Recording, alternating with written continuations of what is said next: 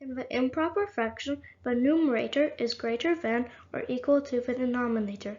Let's talk about first case when the numerator is greater than the denominator. You can think of it as an upside down Christmas tree. A lot of branches on top and a little bit on the bottom. In this example, 7 is greater than 4, so 7/4 is an improper fraction. What it means is that we are talking about more than one whole. In this example, the denominator, bottom number, is 4, so one whole is made out of 4 parts.